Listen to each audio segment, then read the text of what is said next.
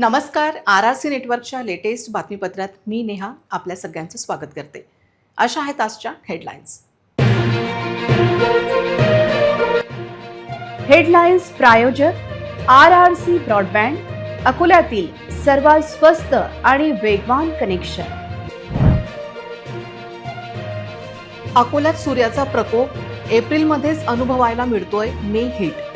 45.6 अंश तापमानासह अकोला देशात अव्वल. अकोलेकरांची नवी लूट, घंटागाडीचा डर्टी टॅक्स डोक्यावर. विशेष स्वच्छता कर, मलजल कर असताना अजून एक कर.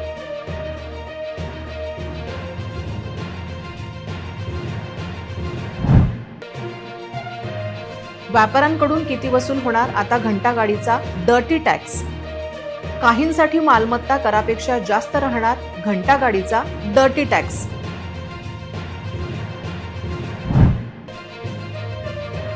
अकोल्याबरोबर अमरावतीही तापले.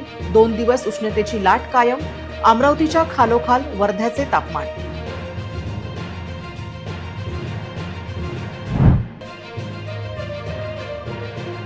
बंदी असलेल्या HTBT कापसाचे 800 पाकिट जप्त. अमरावती पोलिसांनी केली कारवाई. आता सविस्तर बातम्या. यंदा अकोलेकरांना उन्हाळ्याचे चटके केवळ जाणवत नसून ते होरपळून काढत आहेत. एप्रिल महिन्याच्या अखेरीस अकोल्यात तापमानाचा पारा प्रचंड वाढला असून आज अकोल्यात 45.6 अंश सेल्सिअस जवळपास 46 अंश सेल्सिअस इतक्या उच्चांकी तापमानाची नोंद झाली आहे. विशेष म्हणजे आजच्या नोंदणीनुसार अकोला हे देशातील सर्वाधिक उष्ण शहर ठरले आहे. साधारणपणे मे महिन्याच्या शेवटी अकोल्यात अशा प्रकारच्या उच्चांकी तापमानाची नोंद होत असते. मात्र यंदा एप्रिल महिन्याच्या शेवटच्या आठवड्यातच पारा 46 अंशाच्या जवळ पोहोचल्याने हवामान तज्ज्ञांनीही चिंता व्यक्त केली आहे. मे महिन्यापूर्वीच अकोल्याने तापमानाचे सर्व जुने रेकॉर्ड मोडीत काढले असून नागरिकांना भीषण उन्हाचा सामना करावा लागत आहे. हवामान खात्याने दिलेल्या माहितीनुसार अकोल्यात पुढील 2 दिवस उष्णतेची लाट कायम राहण्याची शक्यता आहे. त्यामुळे अकोलेकरांनी दुपारी 12 ते सायंकाळी 4 या वेळेत अत्यंत आवश्यक काम असल्याशिवाय घराबाहेर पडू नये असे आवाहन करण्यात आले आहे. वाढत्या उष्णतेमुळे उष्माघाताचा धोका निर्माण झाला असून नागरिकांनी स्वतःचा बचाव करणे गरजेचे आहे. शरीरातील पाण्याचे प्रमाण कमी होऊ देऊ नका. लिंबू सरबत किंवा ताकाचा वापर करा. घराबाहेर पडताना डोक्याला रुमाल, टोपी किंवा छत्रीचा वापर करा आणि सुती कपडे परिधान करा. कडक उन्हात शारीरिक कष्टाची कामे करणे टाळा. अकोल्यातील या सूर्याग्नीमुळे रस्ते दुपारच्या वेळी निर्मनुष्य होत असून वाढत्या तापमानाचा परिणाम जनजीवनावर स्पष्टपणे दिसून येत आहे. सोमवारपर्यंत अकोलेकरांना या प्रखर उन्हापासून स्वतःचे संरक्षण करावे लागणार आहे. अकोलेकरांची लूट करण्यासाठी महापालिकेत सत्तारूढ शहर सुधार आघाडीने घंटागाडीचा डर्टी टॅक्स वसूल करण्याचा निर्णय घेतला आहे. त्याचा समावेश मालमत्ता करत बंद घर, रिकामे प्लॉट आणि रहिवासी नसलेल्या भागातून या घंटागाडीचा डर्टी टॅक्स वसूल होणार आहे. मालमत्ता करासोबत अकोलेकर विशेष स्वच्छता कर आणि मलजल कर हे आधीच देत आहे. कचरा घंटागाडी चालकांच्या उदरनिर्वाहासाठी सुरू केलेले 30 रुपये प्रति घर, 50 रुपये प्रति दुकान संकलन निधी आता थेट घंटागाडीचा डर्टी टॅक्स झाला आहे. दरमहा 30 रुपये घरगुती कचरा संकलनाचे 50 रुपये केले गेले. त्यास देखील जनतेचा विरोध नव्हता, पण आता थेट मालमत्ता करात त्याचा समावेश करत महापालिका राज्य सरकारची मान्यता न घेता वसूल कसे करणार असा प्रश्न विचारला जात आहे.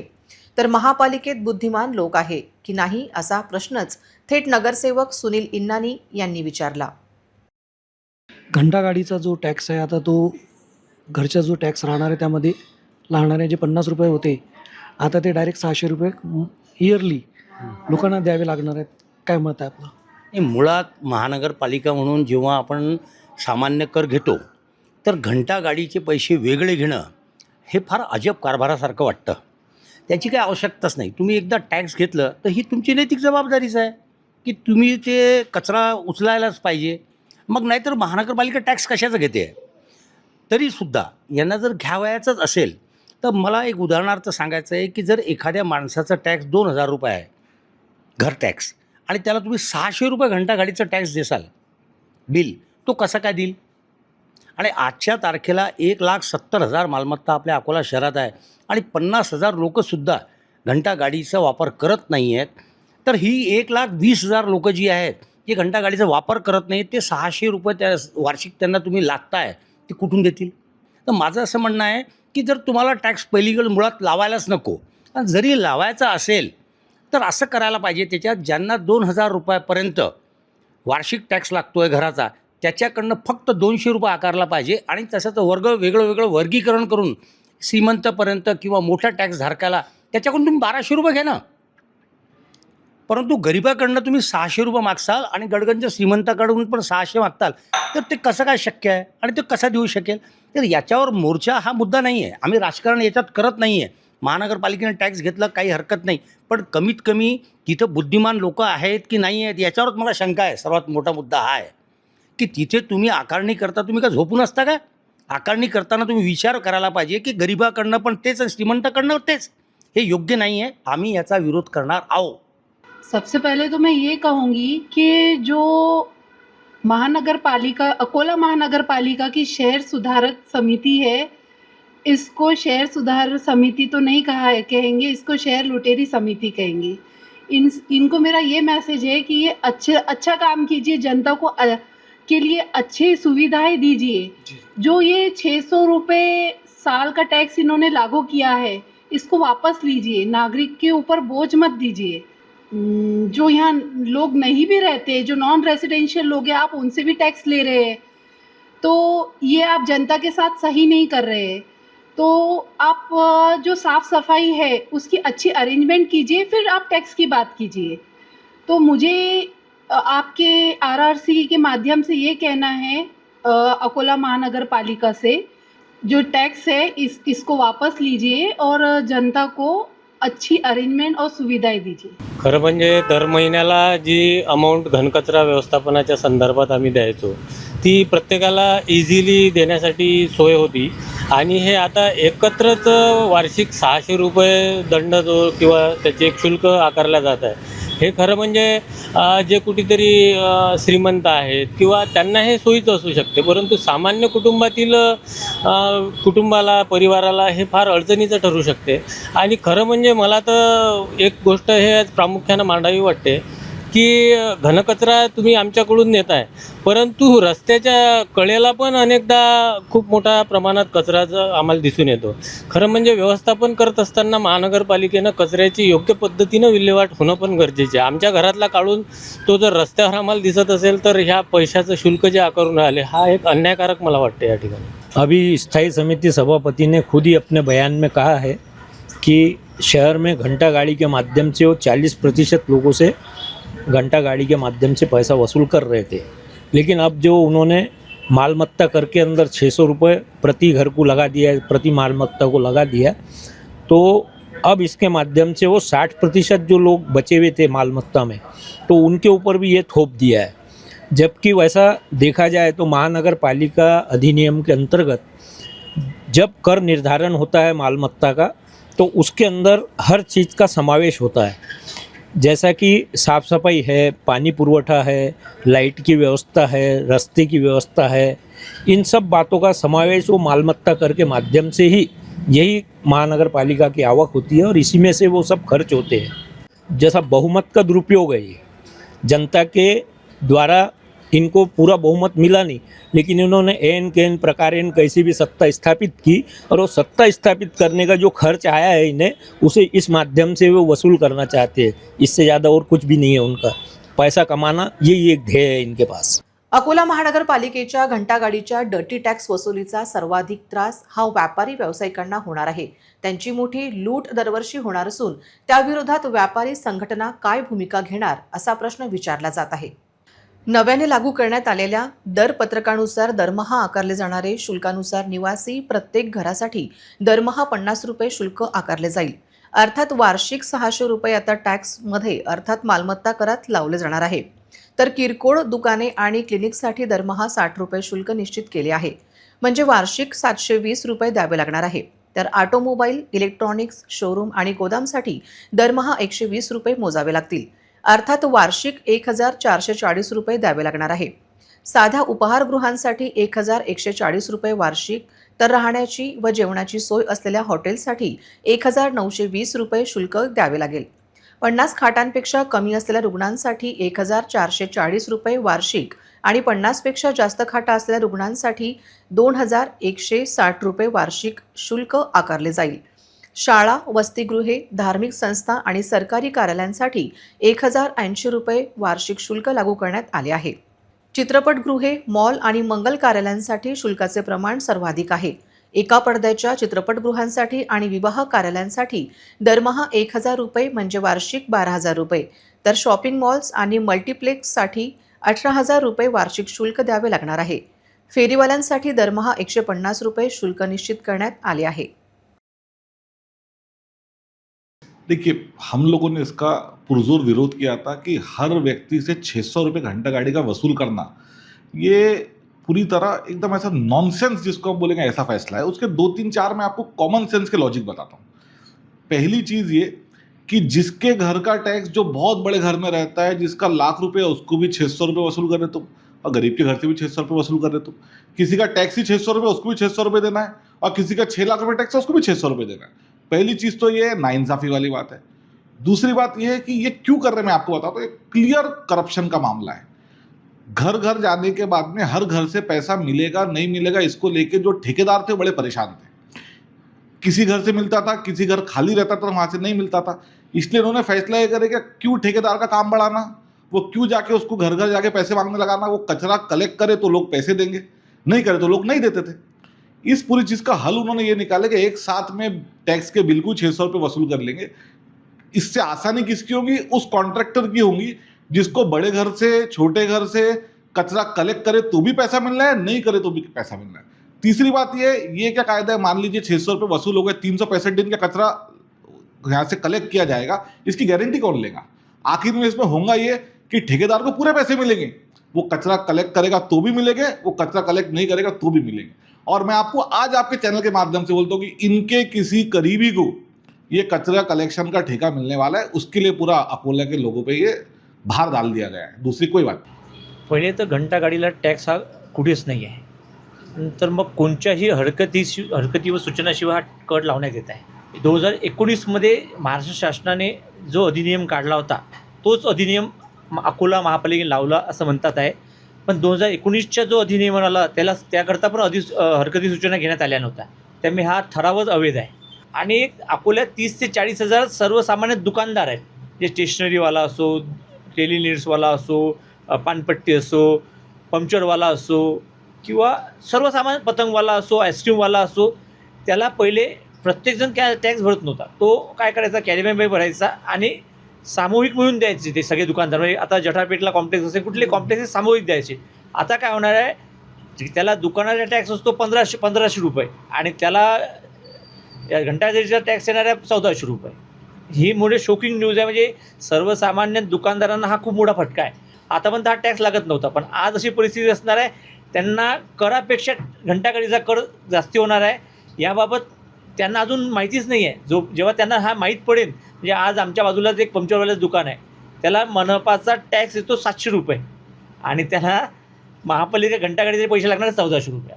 याच्यातून काय होणार आहे, अकोल्यातला जो व्यापारी वर्ग आहे त्यासोबत मध्यमवर्गीय वर्ग आहे, यांना खूप मोठा फटका बसणार आहे. लेकिन जब प्रशासक था, महानगर पालिका में सत्ताधारी नहीं थे, उस समय पे प्रशासक ने एक ठराव लिया. ये आपको पता है कि नहीं पता है मुझे नहीं मालूम.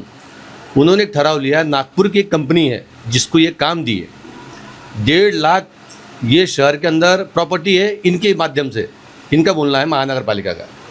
1.5 लाख प्रॉपर्टी से ये एवरेज अगर अपन ने 50 रुपये पकड़े हर घर से एवरेज, तो करीब 1 करोड़ रुपये वो महीने का वसूल करेगा, साल का अपने महीने का वसूल करेगा 1 करोड़ रुपये.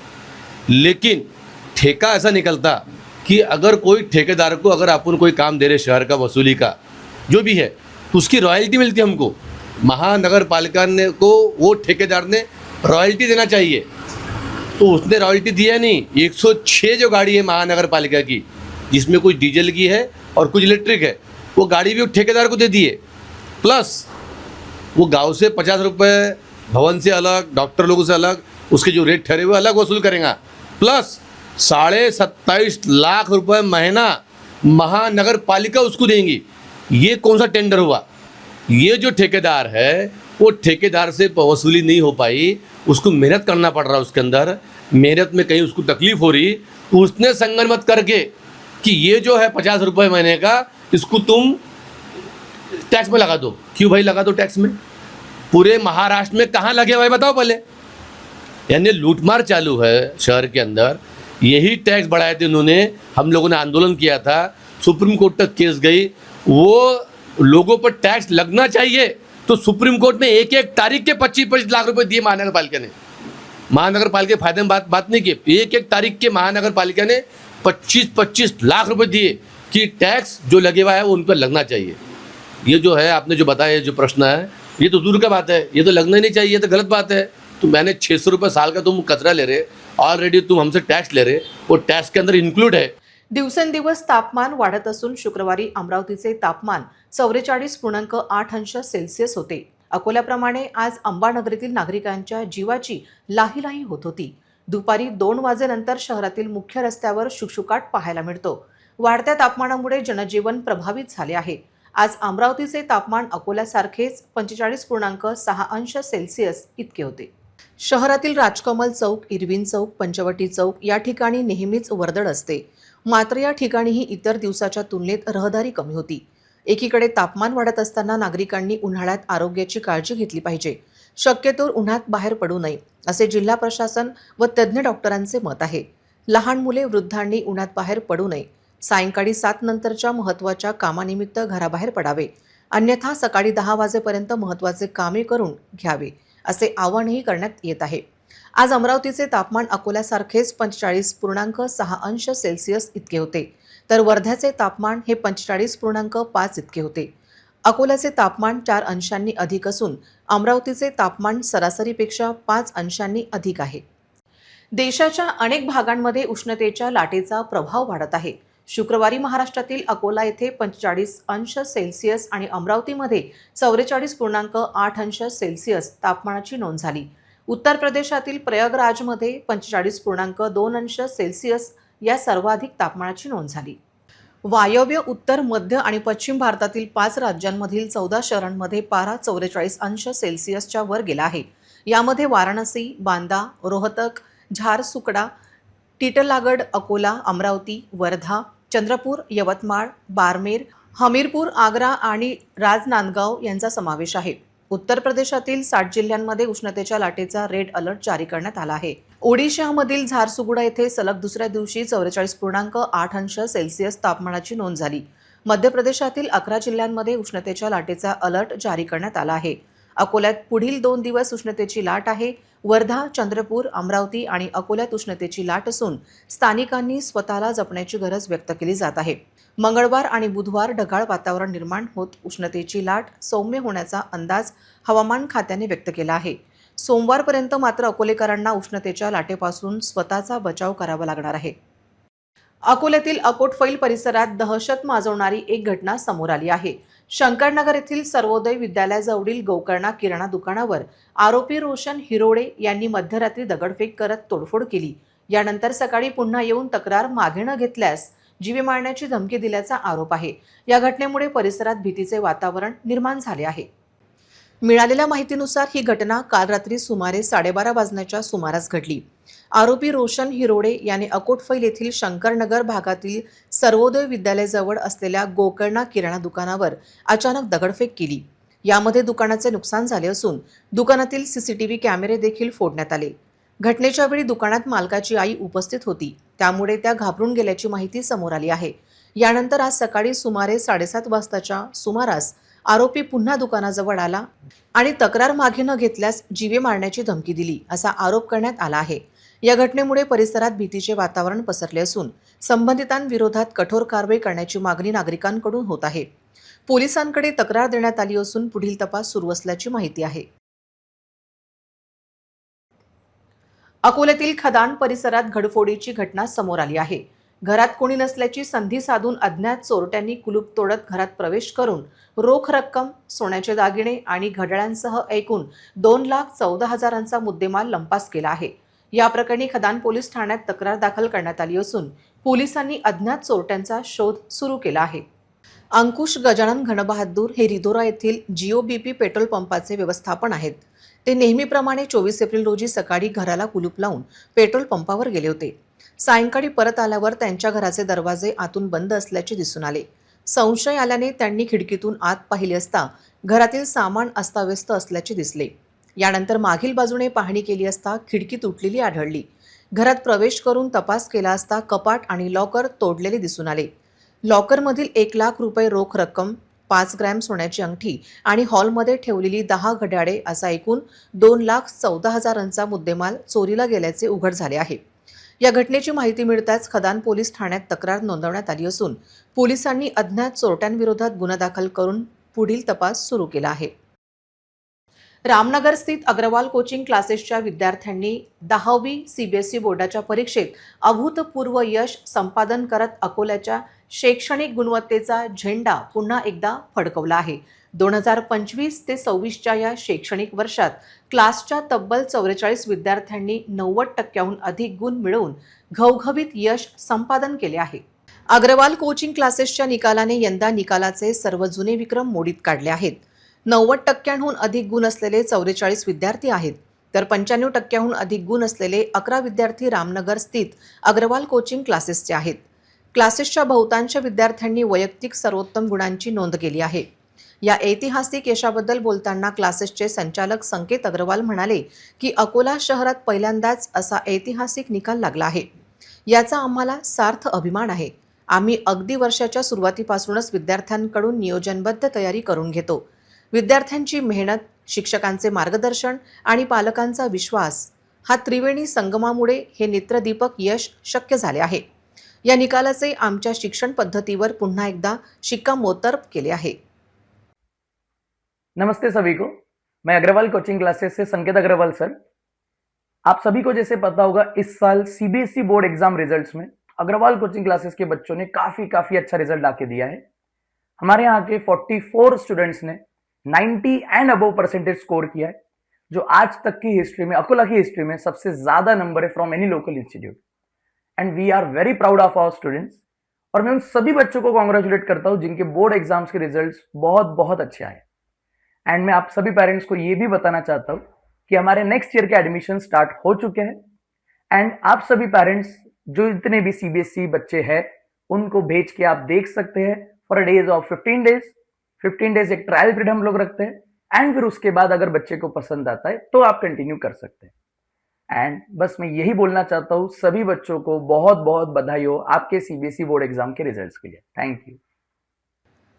आपल्या पाल्यांच्या या उत्तुंग यशानंतर पालकांनी आनंद व्यक्त करत अग्रवाल कोचिंग क्लासेसमध्ये पेढे वाटून जल्लोष साजरा केला. पालकांनी यावेळी क्लासेसच्या वैयक्तिक लक्ष देण्याच्या पद्धतीची आणि सराव परीक्षांच्या आयोजनाची भरभरून प्रशंसा केली. योग्य वेळी योग्य मार्गदर्शन मिळाल्यास मुले कशी भरारी घेऊ शकतात हे या निकालावरून स्पष्ट झाले आहे. अशा भावना पालकांनी यावेळी व्यक्त केल्या. या यशाबद्दल अकोल्यातील शैक्षणिक वर्तुळातून अग्रवाल कोचिंग क्लासेसच्या टीमवर आणि यशस्वी विद्यार्थ्यांवर अभिनंदनाचा वर्षाव होत आहे. नमस्कार, माझी मुलगी केया सुनील चव्हाण ही अग्रवाल कोचिंग क्लासेसमध्ये होते आणि 9वीत असल्यापासून आम्ही तिथे क्लासेस लावले. हे अकोल्यातला ओनली CBSE ट्युशन क्लासेस म्हणून आम्ही त्याची निवड केली आणि तिला यावर्षी 94.4% मिळालेले आहेत. आणि कोचिंगबद्दल म्हणायचं तर mister and missus Agrawal sir आणि मॅडम हे दोघंही वेल एज्युकेटेड आणि एकदम व्यवस्थित गायडन्स करणारे टीचर आहेत. 9th पासूनच माझ्या मुलीमध्ये फार मला फरक जाणवायला लागला, विशेष करून मॅथ्स या सब्जेक्टमध्ये. आणि त्यांची टेस्ट घ्यायची पद्धत आणि रिझल्ट द्यायची हे आणि डाऊट क्लिअरन्स आणि सगळ्यात महत्त्वाचं म्हणजे मुलांना मोटिवेट करायची त्यांची जी पद्धत आहे ती एकदम वेगळी आणि वाखाणण्याजोगी आहे. आणि आज त्यांच्याचमुळे हा इतका चांगला रिझल्ट लागला आहे. आणि त्यांच्या क्लासचा, पूर्ण क्लासचा आज 44 मुलांना 90पेक्षा जास्त मार्क आहेत. आणि त्याच्यामुळे मी त्यांचे खूप खूप आभार मानते की त्यांनी आज मुलांच्या बेसमध्ये त्यांना जे 10वीचा बेस आहे त्याच्या पुढे एक कॉन्फिडन्स दिला की ते पुढे भविष्यात खूप चांगलं आणि आपल्या पायावरती चांगल्या तऱ्हेने आणि चांगले निर्णय घेऊ शकतील. त्याकरता मी अग्रवाल कोचिंग क्लासेसचे खूप खूप आभारी आहे. वाढदिवस म्हटलं की डोळ्यासमोर येतात ते मोठे होर्डिंग्स, फुलांचे हार आणि फटाक्यांची आतषबाजी.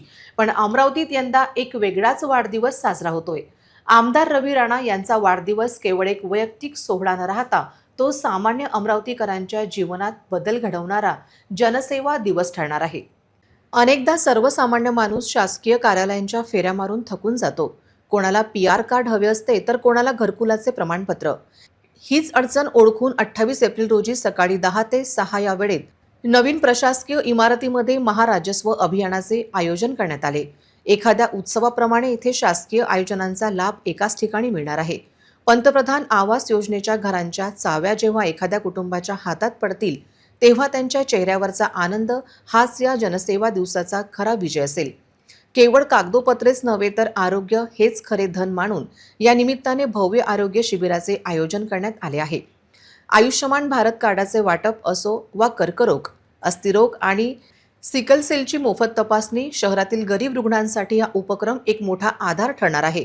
विशेष म्हणजे उपचार घेणाऱ्या चिमुकल्या बालकांच्या कुटुंबांना आर्थिक मदत देऊन त्यांच्या संघर्षात वाटा उचलण्याचा प्रयत्न सुनील राणा आणि युवा स्वाभिमान पक्षाच्या वतीने केला जात आहे.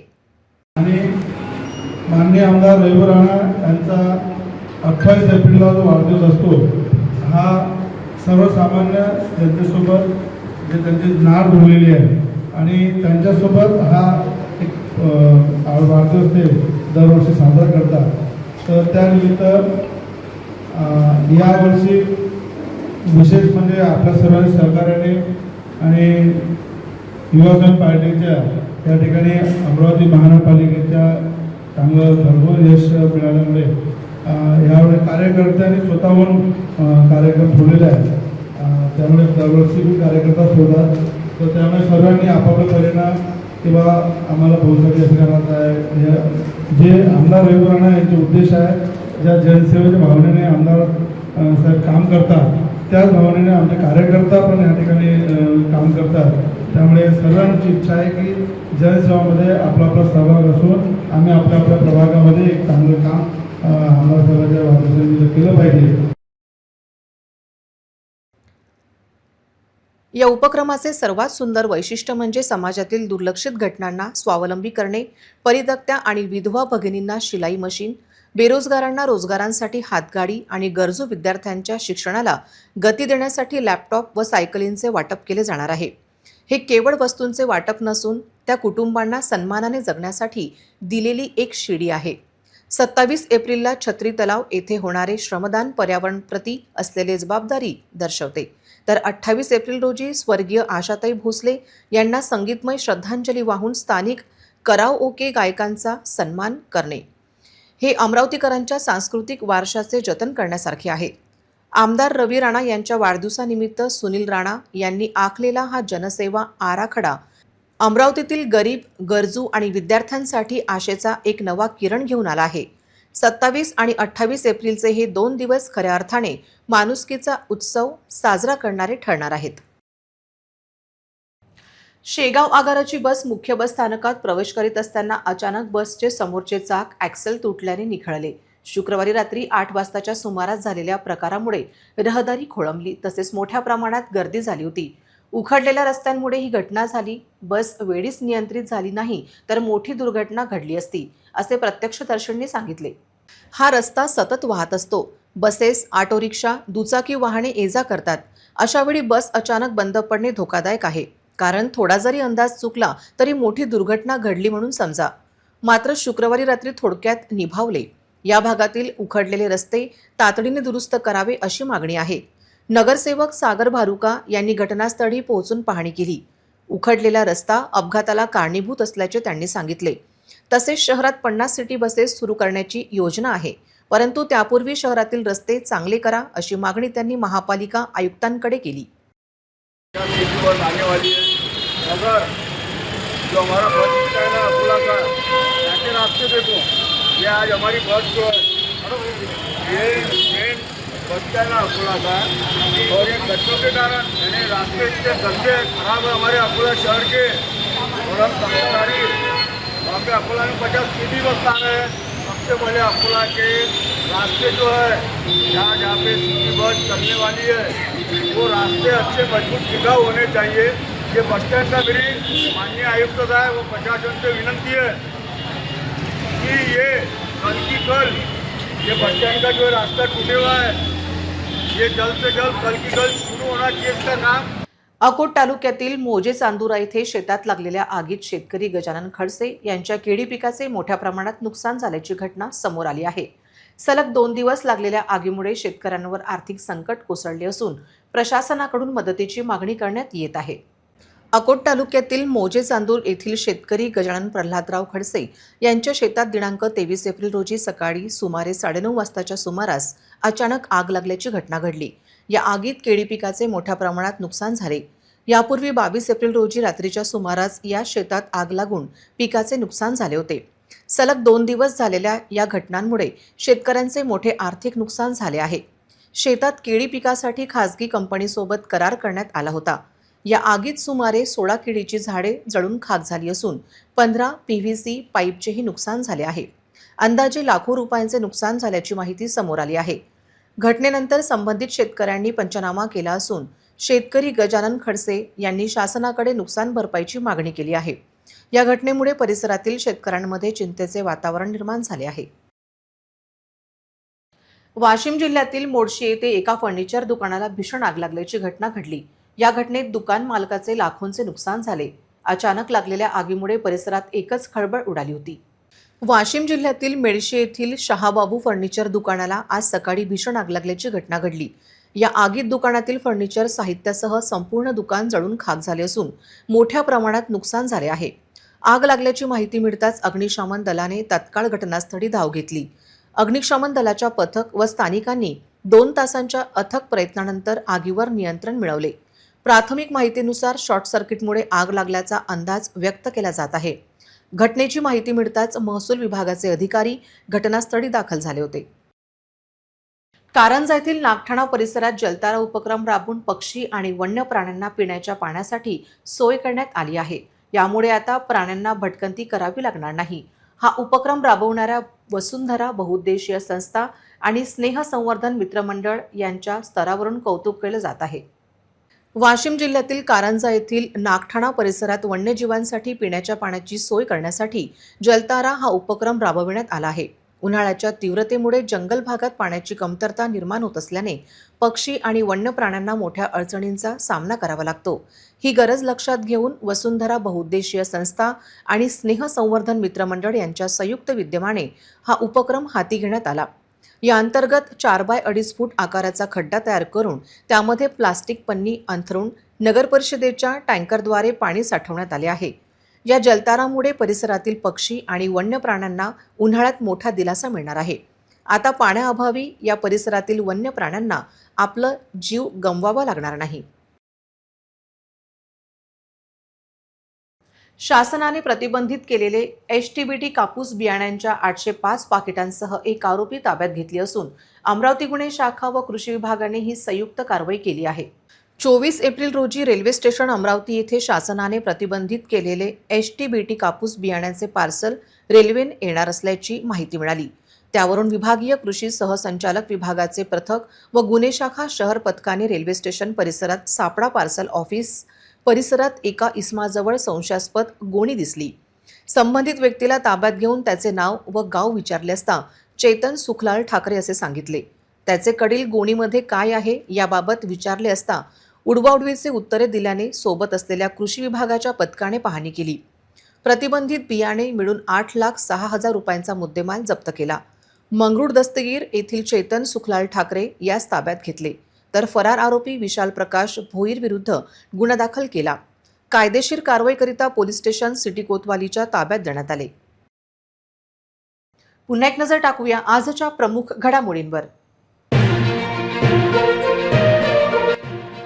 हेडलाइन्स प्रायोजक RRC ब्रॉडबँड, अकोल्यातील सर्वात स्वस्त आणि वेगवान कनेक्शन. अकोल्यात सूर्याचा प्रकोप एप्रिलमध्येच अनुभवायला मिळतोय मे हिट. 45.6 अंश तापमानासह अकोला देशात अव्वल. अकोलेकरांची नवी लूट, घंटागाडीचा डर्टी टॅक्स डोक्यावर. विशेष स्वच्छता कर, मलजल कर असताना अजून एक कर.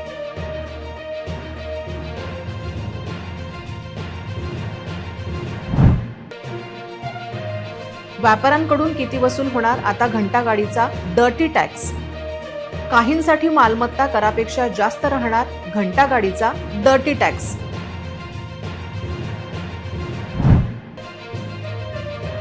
अकोल्याबरोबर अमरावतीही तापले. 2 दिवस उष्णतेची लाट कायम. अमरावतीच्या खालोखाल वर्ध्याचे तापमान.